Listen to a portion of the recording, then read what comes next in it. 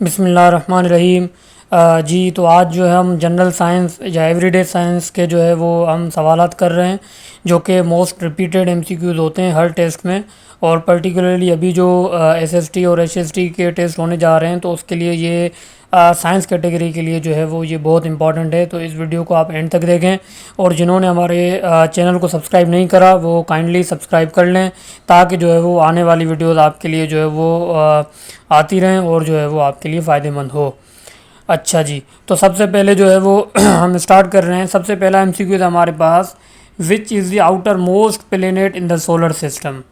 तो ये है नेपटून। अब आपको याद होगा अगर आपने पिछली वीडियो हमारी देखी है प्लेनेट्स के हवाले से, तो उसमें हमने 8 प्लेनेट्स को डिस्कस किया था और जिसमें हमने याद करने का तरीका भी वो देखा था हमने कि my very educated mother just served us noodles.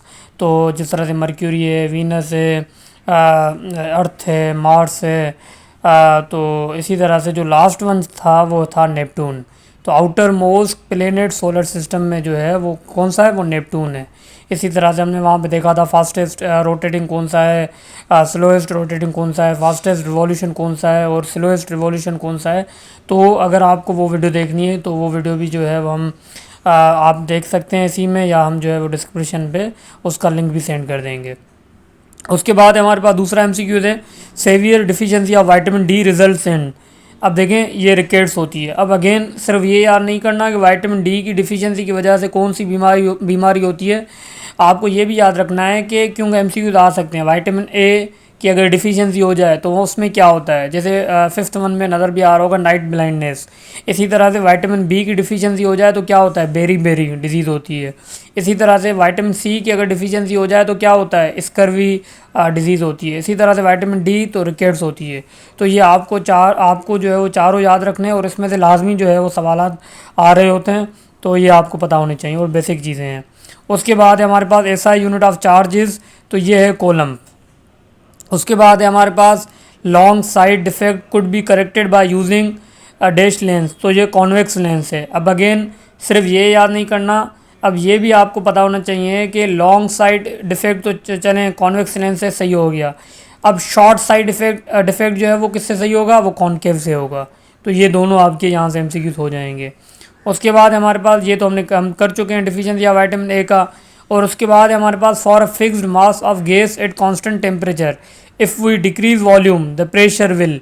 अब देखें अब इसको कैसे हमें समझना है। अब आप इसको देखें, अब अगर आपने जो है वो 9th में या फर्स्ट ईयर में आपने देखा हो बॉयल्स लॉ, तो बॉयल्स लॉ ये केमिस्ट्री का सवाल है। बॉयल्स लॉ में क्या हो रहा होता है कि volume is inversely proportional to the pressure with temperature constant.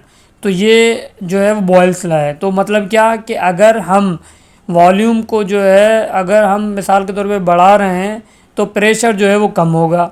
इसी तरह से अगर हम वॉल्यूम को कम कर रहे हैं तो प्रेशर जो है वो क्या होगा, इंक्रीज़ होगा, क्योंकि इन्वर्स प्रोपोर्शन है। और टेम्परेचर हमेशा क्या रहेगा, कांस्टेंट रहेगा। तो ये जो है वो यहाँ से हमारा जो एमसीक्यू हो जाएगा। इसी तरह से फिर चार्ल्स लॉ होता है जिसमें ये हो रहा होता है कि volume is directly proportional to the temperature with constant pressure. तो अगर वॉल्यूम बढ़ाएंगे तो टेम्परेचर भी वहाँ पे बढ़ेगा। इस तरह का की स्टेटमेंट भी आ सकती है। अच्छा, उसके बाद हमारे पास life span of red blood cell is, तो ये है 120 डेज़। अब अगेन ये तो आरबीसीज़ का हो गया। अब डब्ल्यूबीसीज़ वाइट ब्लड सेल्स की जो लाइफ स्पेन है वो कितनी है, वो होती है 5 से 21 दिन। ये हमने प्रीवियस वीडियोस में भी डिस्कस किया है, 5 से 21 दिन। और ये पेपर में बार बार आता है, ठीक है, या तो आरबीसी का आ रहा होता है या तो डब्ल्यूबीसी का आ रहा होता है, तो दोनों आपको पता होना चाहिए। उसके बाद हमारे पास डेंसिटी ऑफ वाटर इज़, तो ये है 1 ग्राम पर सेंटीमीटर क्यूब। उसके बाद हमारे पास radioactivity was discovered by, तो ये भी काफ़ी मरतबा आ चुका है, तो इसको आप याद रख लें। बेकोरियल ने जो है वो डिस्कवर किया था किसको, रेडियो एक्टिविटी को। उसके बाद है a device which converts chemical energy into electrical energy is called, तो जो केमिकल एनर्जी को इलेक्ट्रिकल एनर्जी में कन्वर्ट करे उसको हम बैटरी कहते हैं। उसके बाद सन क्या है, सन है एक स्टार है।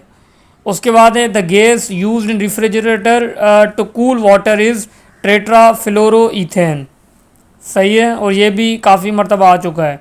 उसके बाद the average adult has a blood volume of about dash litres, तो 5 लीटर्स जो है वो ब्लड वॉल्यूम होता है एवरेज एडल्ट में।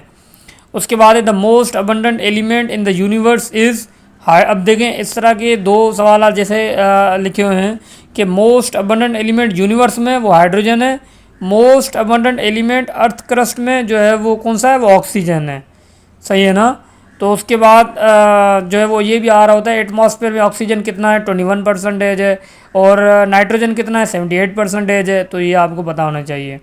उसके बाद ये है कि each day human body breathe in dash litres of air. तो ये 10,000 से 15,000 तक जो है वो लीटर्स ऑफ एयर होता है। उसके बाद हमारे पास the most densest substance on the earth is. ये काफ़ी मरतबा आ चुका है पेपर्स में, तो इसको आप देख लें, ये है ओस्मियम। उसके बाद है क्या हमारे पास, camera uses a dish to form an image. तो वो कॉन्वेक्स लेंस होता है, ठीक है। उसके बाद है हमारे पास which from the following are conductor. अब ये एमसीक्यूज आया है चूँकि रिपीटेड है और ये एमसीक्यूज इस तरह से आया है पास्ट पेपर्स में कि कंडक्टर कौन सा है, एल्यूमिनियम है, गोल्ड है, ग्रेफाइट है या ऑल ऑफ दीज। तो यहाँ पे जो है वो ऑल ऑफ दीज है, एल्यूमिनियम, गोल्ड और ग्रेफाइट तीनों जो है वो कंडक्टर हैं। उसके बाद सीएनजी, अगेन आसान है। CNG stands for compressed natural gas, ठीक है, कंप्रेस्ड नेचुरल गैस है सीएनजी। उसके बाद क्या है हमारे पास, विच फ्रॉम, ये भी पास्ट पेपर से लिया गया है कि which from the following is true. तो which from the following is true for sound. तो sound can not travel through a vacuum.